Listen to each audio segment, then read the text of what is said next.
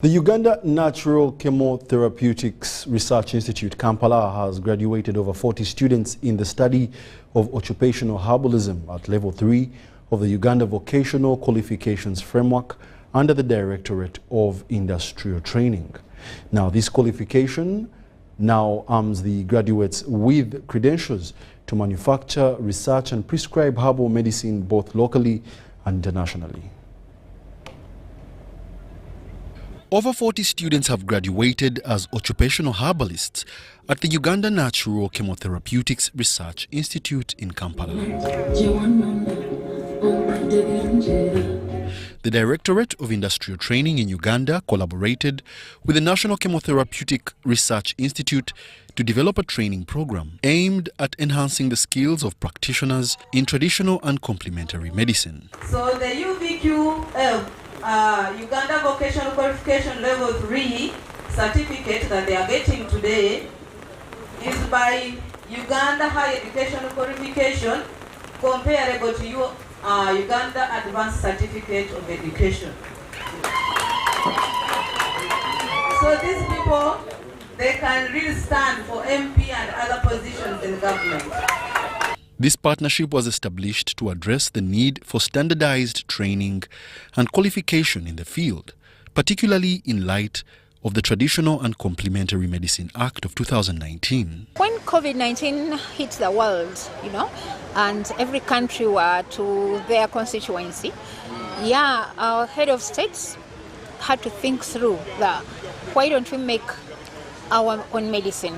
This was after the very first Chinese who reported the case of COVID-19, and shortly he died. They found in his notebook, he had quickly written down herbals.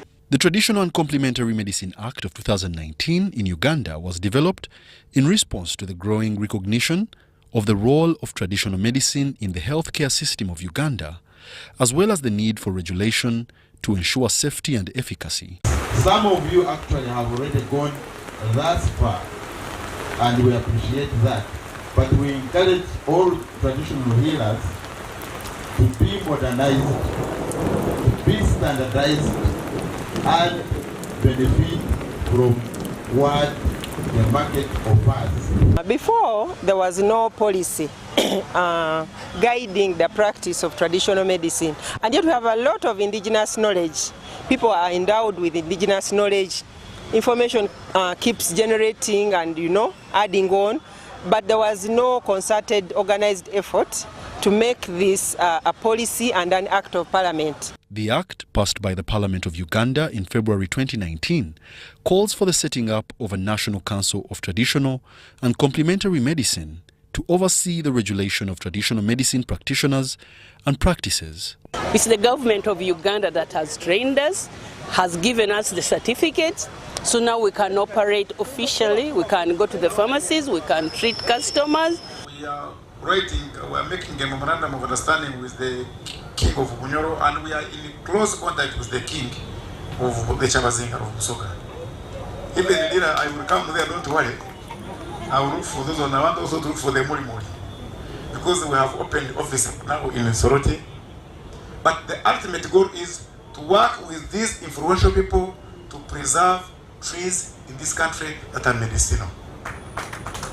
A report from the Cross-Cultural Foundation of Uganda suggests that over 60% of Uganda's population depends on traditional herbal medicine due to accessibility, affordability, and cultural familiarity to manage common conditions like malaria, digestive problems, respiratory issues, skin diseases, reproductive and childbirth complications.